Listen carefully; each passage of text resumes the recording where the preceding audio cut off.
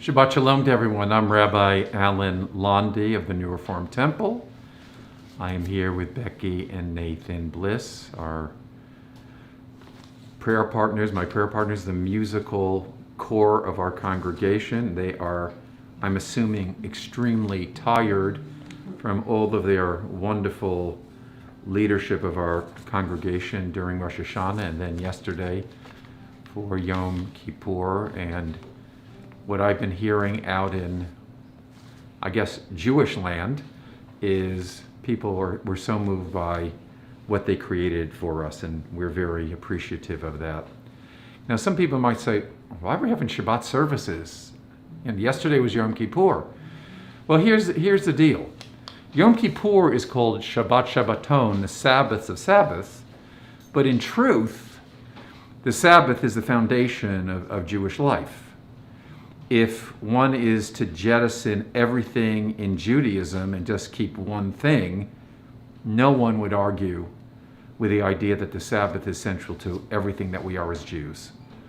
It's central to us in terms of our worship experience, in terms of our family experience, in terms of Torah study, and every part of Judaism that is of meaning and of lasting value has its root in Shabbat. So, yeah, we're tired, and Yom Kippur was long, and Rosh Hashanah was long, and the whole 10 days between Rosh Hashanah were exhausting and challenging, but coming together to observe the Sabbath, Shabbat, with you as a community is something that we will never tire of, because this is what we do, and this is what our community is about. So, we welcome everyone who's out there, our members and people who are trying to find out about us. If you ever want to reach me, and I don't do this, but I should, you can email me at rabbi@thenewreformedtemple.com and email me anytime you want. I'll respond to you. Won't respond to you on Shabbat, but I'll respond to you in good time. And if there's things you need to know or things you want to know or ways you want to connect with the synagogue or Jewish life, please reach out to me. So we are going to continue with a wordless melody, a Hasidic tradition of bringing in worship in the Shabbat. So we continue with a nigun.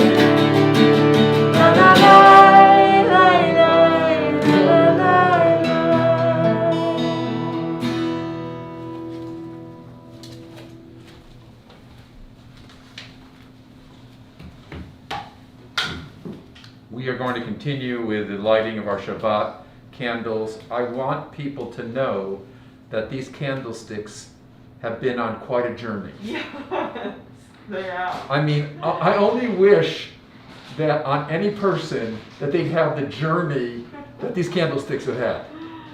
So we are happy they're here, and little do they know where they've been in life. Yep. Okay, I just want to make that clear.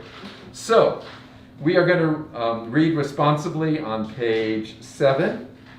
Come, let us welcome Shabbat. May its radiance warm our hearts as we kindle these tapers. Light is a symbol of God's presence in our lives. The Eternal One is our light and our salvation. Light is a symbol of the holiness within each of us. The human spirit is a light of God. Light is a symbol of the Torah's teachings, for the commandment is a lamp and the Torah is a light. Light is a symbol of Israel's mission, as it is written, I have made you a covenant people to serve as a light to the nations. Therefore, in the spirit of our ancient traditions, that hallows unites Israel in all lands and all ages, we kindle the lights of Shabbat.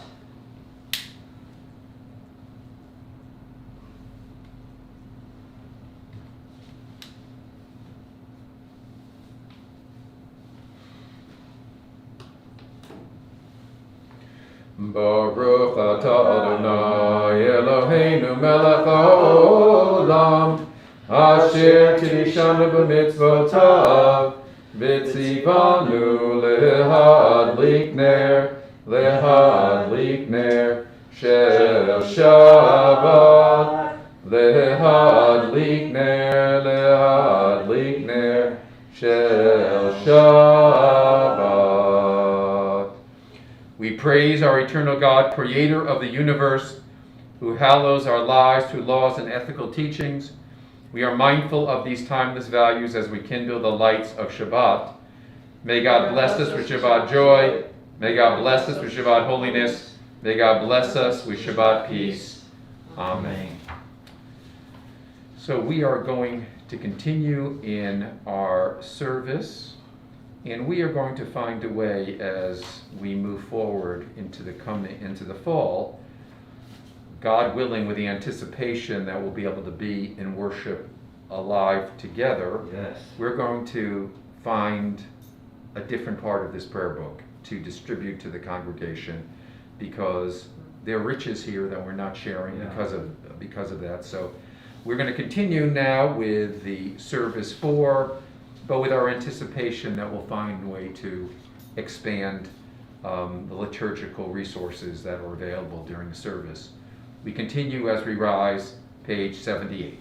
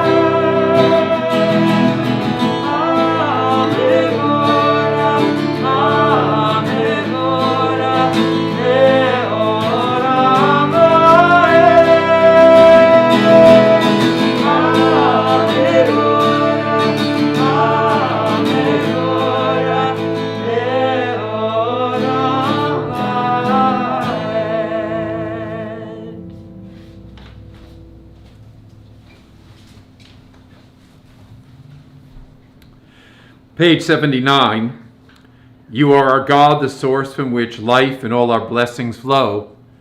Whenever we turn our eyes, we behold signs of your goodness and grace.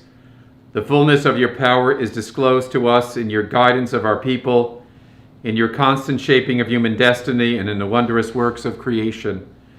Your guiding spirit is present in all your works. The harmony and grandeur of nature speak to us of you, of your infinite might and majesty. Let us continue together on page 80, reading at the top of the page. Infinite as is your power, even so is your love. It may be seen through the history of our people Israel, through laws and ethical precepts, through statutes and ordinances.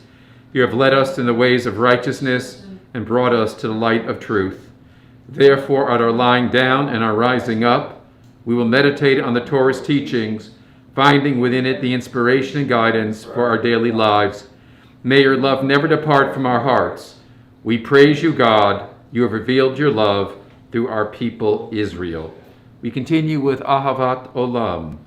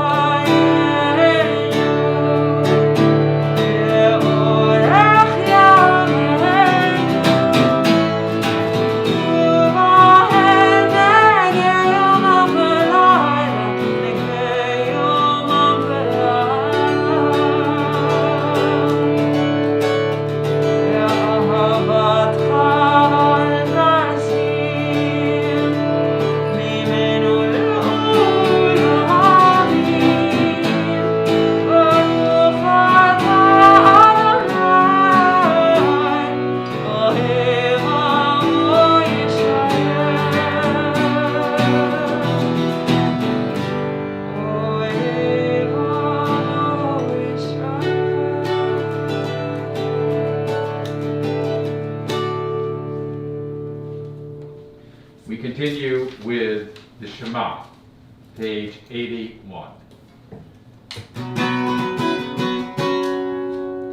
Shema Yisrael, Adonai Eloheinu, Adonai Adonai Echad. Baruch Shem Kivon Anochuto Le'olam Le'olam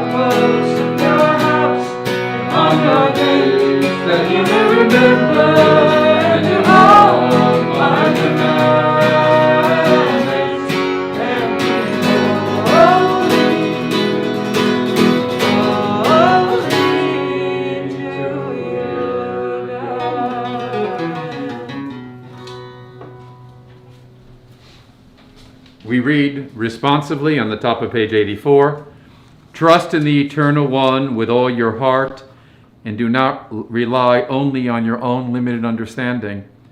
Remember God's commandments and do them, that you should not follow only your own heart and your own eyes.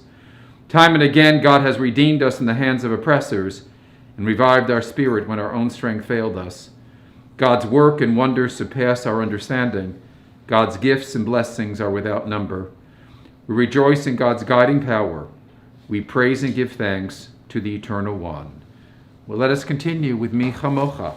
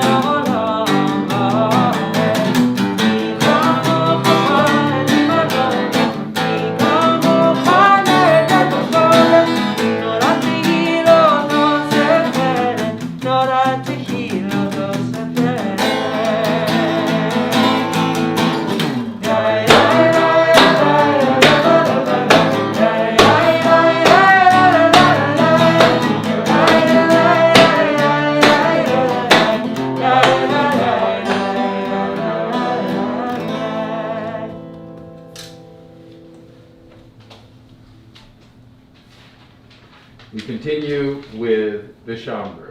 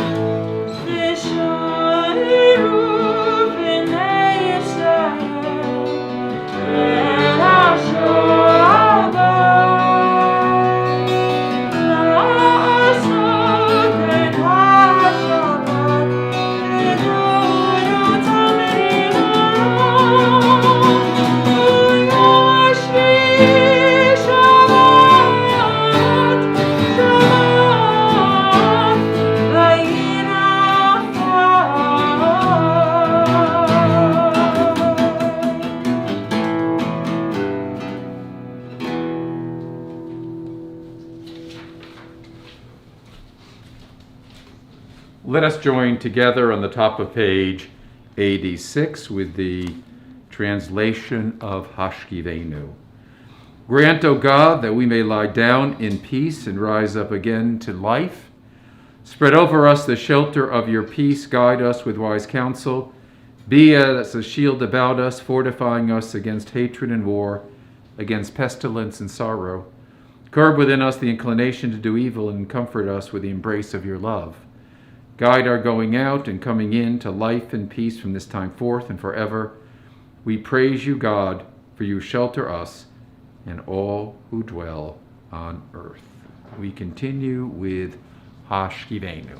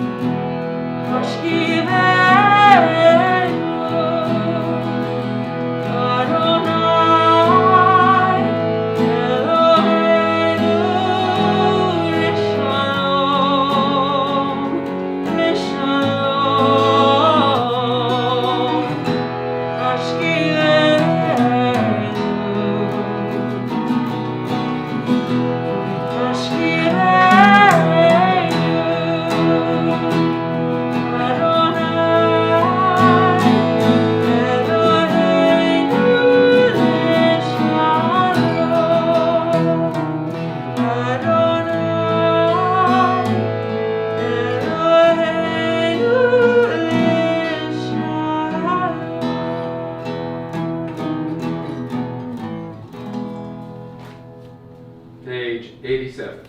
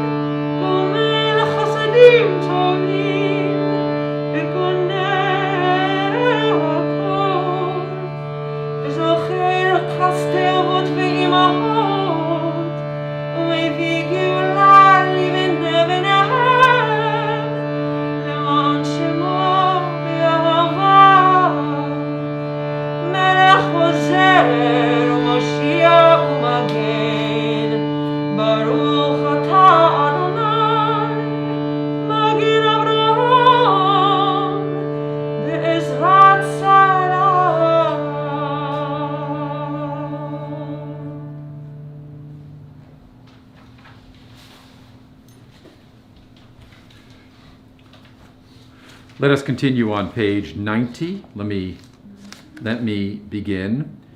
May we then be just and great-hearted in our dealings with one another, sharing the fruits of our common labor, acknowledging that we are but stewards of whatever we possess.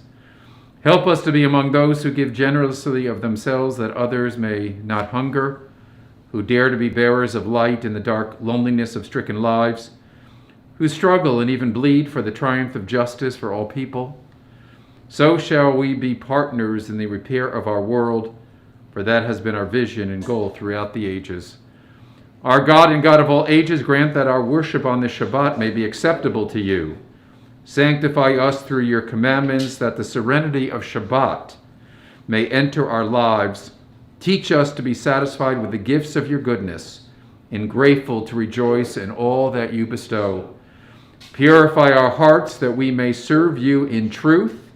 Inspire us to preserve Shabbat as Israel's heritage from generation to generation. May it bring rest and joy, peace and comfort to the dwellings of our people, and that through it you may be revered throughout the world. We praise our God who sanctifies Shabbat. Together, let's continue on the top of the page. We gratefully acknowledge that the eternal God is our creator and preserver, the rock of our life and the shield of our help. We thank God and sing praises for the gift of life itself, for our souls that are ever in God's keeping, for the signs of our Creator's presence that we encounter every day, and for God's wondrous gifts at all times, morning, noon, and night. Truly our blessings are without end, and God's loving kindness never ceases. Therefore do we forever put our trust in the Eternal One. We continue with Shalom Rav.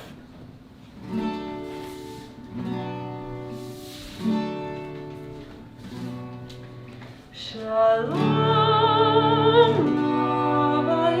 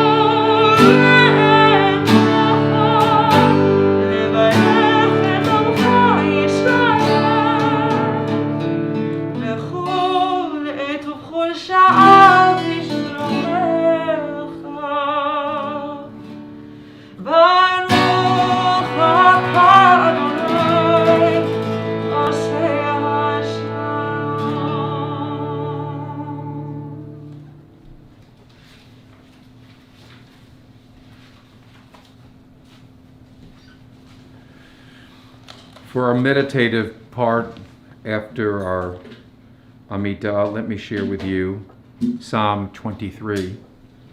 The Lord is my shepherd, I shall not want. He maketh me to lie down in green pastures. He leadeth me beside the still waters. He restoreth my soul. He guideth me in straight paths for his name's sake. Yea, though I walk through the valley of the shadow of death, I will fear no evil, for thou art with me. Thy rod and thy staff, they comfort me. Thou preparest a table before me in the presence of my enemies. Thou hast anointed my head with oil, my cup runneth over.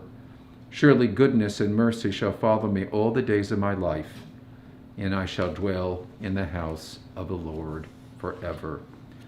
Friends, we are now going to continue with our prayer for healing, being mindful of all those in our world who are sick and who need our support. And we also pray for those people who provide support to those who are sick.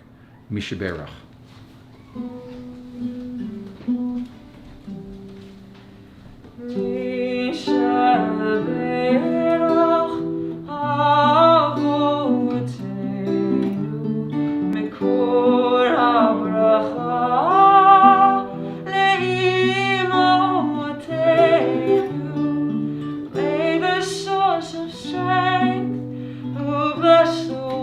Before us, help us find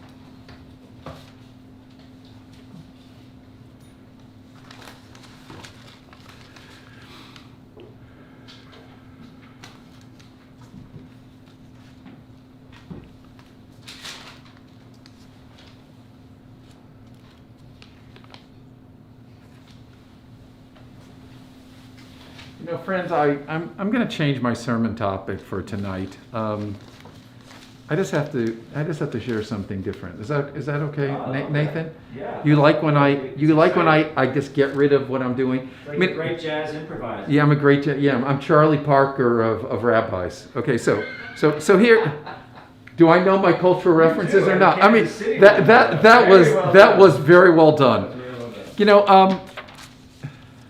I was going to give a message about Sukkot, and I'll just give it to you very briefly and go on to something else that I want to share with you very briefly. There is a tradition. Sukkot is coming beginning on Monday night.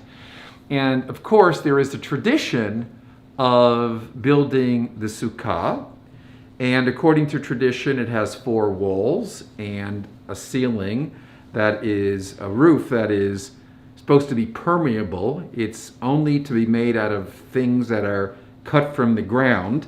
So you put the schach on top and it should be more shade than light, but literally if it rains, it's supposed to come down. I mean, it's supposed to be permeable. It's a beautiful experience of going into nature. And so here's the question that's found in the Talmud. The question becomes, what if you don't have a perfect sukkah? I mean, what if you don't have enough walls?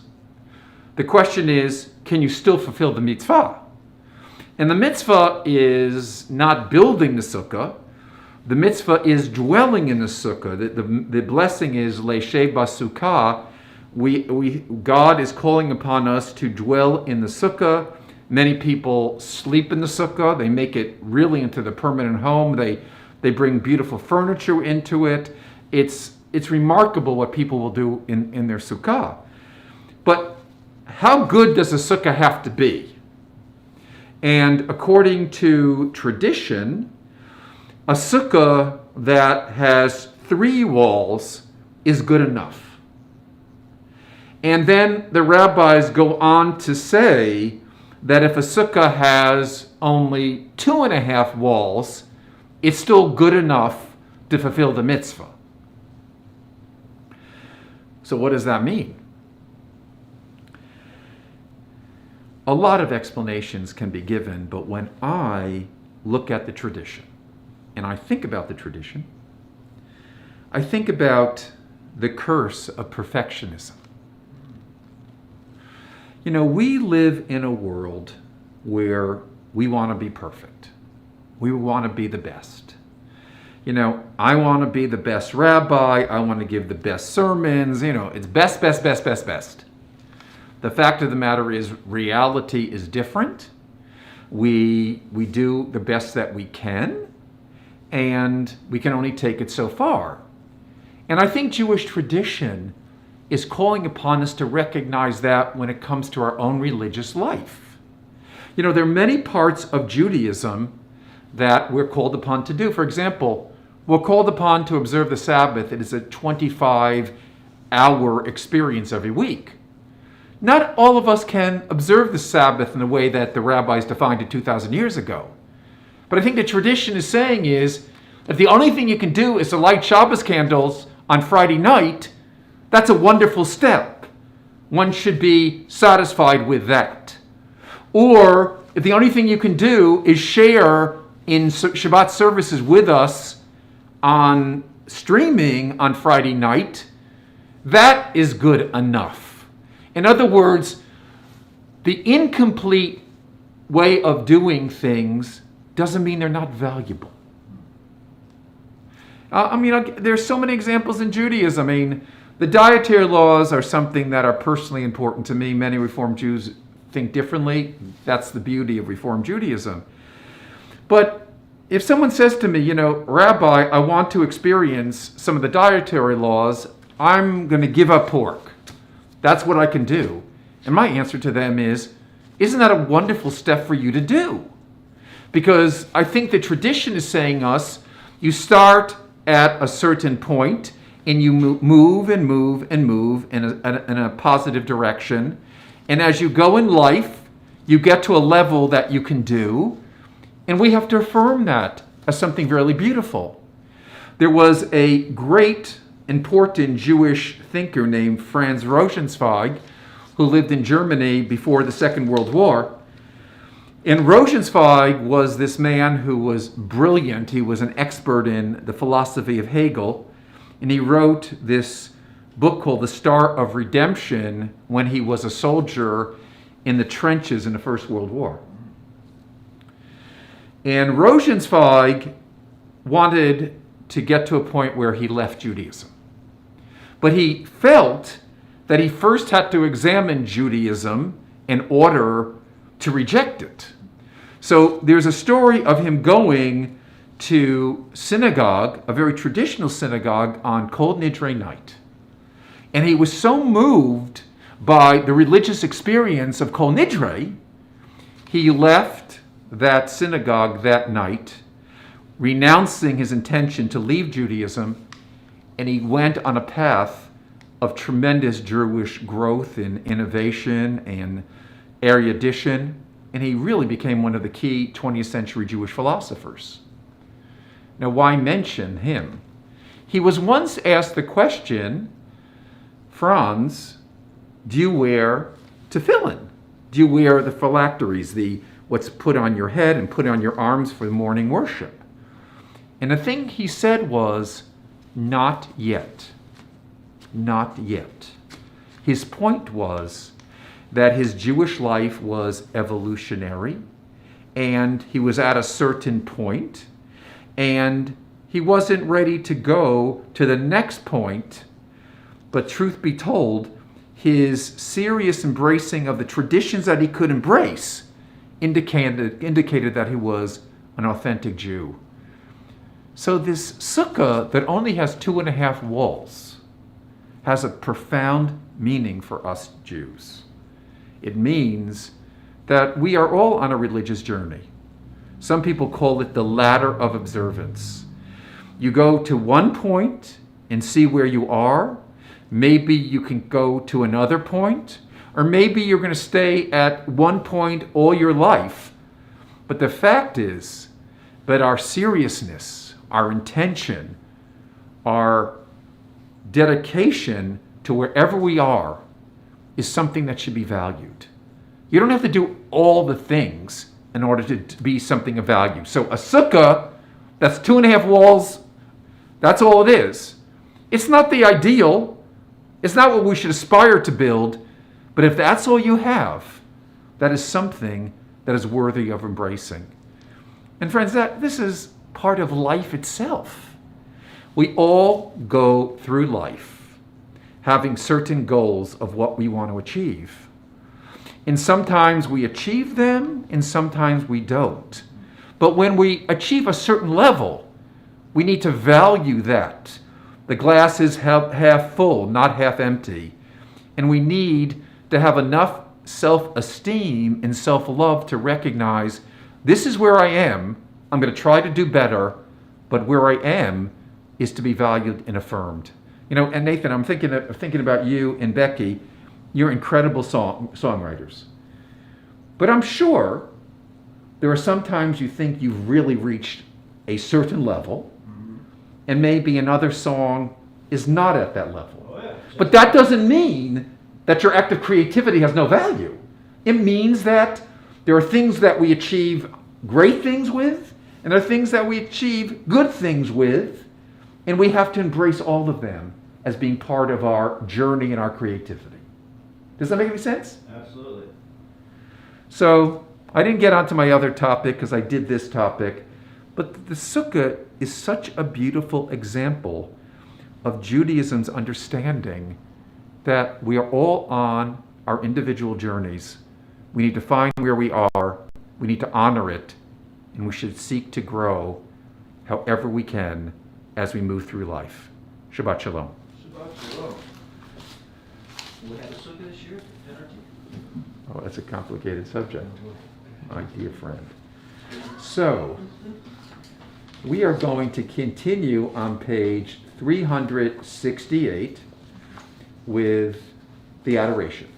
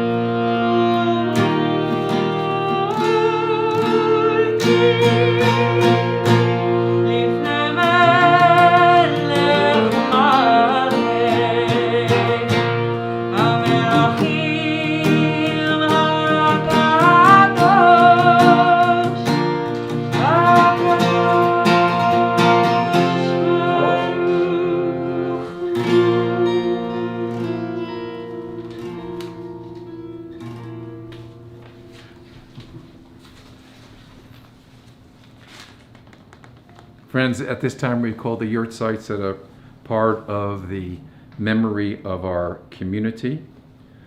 Elliot Berkeley, Joanne Berkeley, David Tim Blond, Helen Blond, Beverly Brick, George Brick, Leonard Diamondstein, Selma Feld, Judith Fleischer, James Hellsberg, Rosine Hellsberg, Harris Herman, Clarence Hirsch, Ruth Auerbach Hirsch, Erwin Holtzmark, Marvin Krass, Rudy Lang, Thomas Lefkowitz, Morris Rosenbaum, Dewey Ziegler. In solemn testimony to that unbroken faith that links the generations of the house of Israel one to another, we join together in reciting the Mourner's Kaddish, page 375. Yitkadal v'yitkadash shemei Rabbah, v'yamad divrach chirutei v'yamlich machutei, v'chayechon uv'yamechon uv'chayedecho beit Yisrael, v'agalav izman kariv v'yamru amen. Yehei shemei Rabbah mivarach le'olam omei omaya, yitbarach v'yishtabach v'yitpa'ar v'yitramam v'yitnaseh, v'yitadar v'yitalev v'yitalal shmei dekudesha b'rechu. Le'elam and kol birchata v'shirata, tushbechata v'nechamata, damiran b'yomav v'yimru amen. Yehei shlama rabba min shemaya, v'chayim aleinu v'yakol Yisrael v'yimru amen. Oseh shalom b'mrama, hu ya'aseh shalom, aleinu v'yakol Yisrael v'yimru amen. May the one who causes peace to reign in the high heavens, let peace descend on us and all Israel and all the world, and let us say, Amen. Our Shabbat Flower Fund has received donations this week in memory of David Tim Blond by Sharon and Erwin Blond, in memory of Helen Blond by Marilyn Melcher, in memory of Beverly Brick and George Brick by Jeff and Stevie Brick, in memory of Thomas Lefkowitz by Lisa Lefkowitz. We are also mindful and extend our condolences to Stephen Great, one of our most dedicated members, for the loss of his mother this week, Mildred Great. We wish he and his family comfort in their bereavement. Not a lot of announcements. We, of course, are continuing our food drive that is so important in addressing the needs of our community. And this coming week, you can bring food to the Jewish Family Services. There is an area behind Jewish Family Services in the back parking lot where are bins to put the food in. They will not be collecting food on Tuesday because, of course, it is Sukkot, and they're not collecting then. And they don't collect on Shabbat. But food opportunities are available to give, and we encourage that because we need to address hunger. And as we spoke about on Yom Kippur morning, the Haftarah for Yom Kippur morning is from Isaiah and saying, all the praying and all the observance of traditions that we do are pointless if we don't show kindness to those in need, especially to feed those who are hungry. So we are going to continue in our service. What are we doing at the end? Did we? Oh, L'chilach. That's what we decided. And I'm so busy thinking about other things that I forgot. Let me take that off of your plate. One less thing to worry about. No, take that off my plate. You know what you're doing. L'chilach.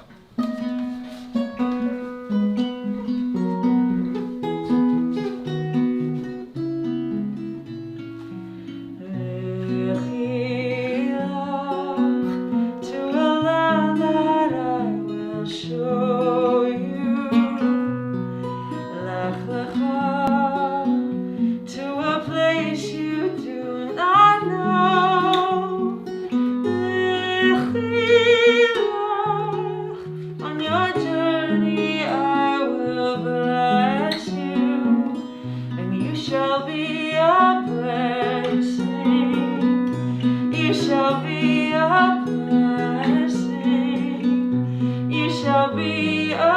blessing,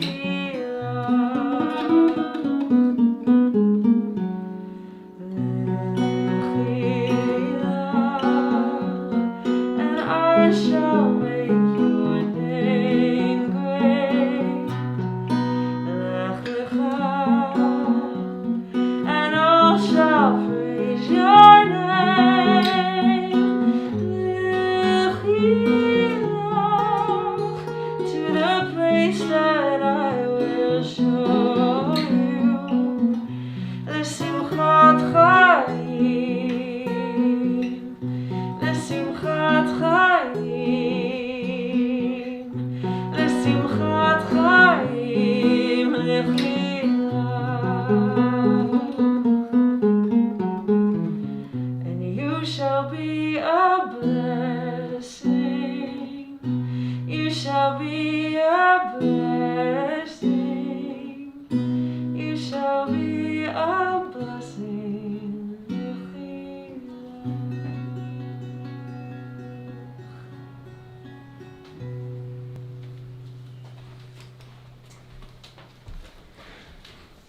Shabbat Shalom to everyone. Have a wonderful, peaceful weekend, and just stay safe. And again, Shabbat Shalom, and keep in touch with us.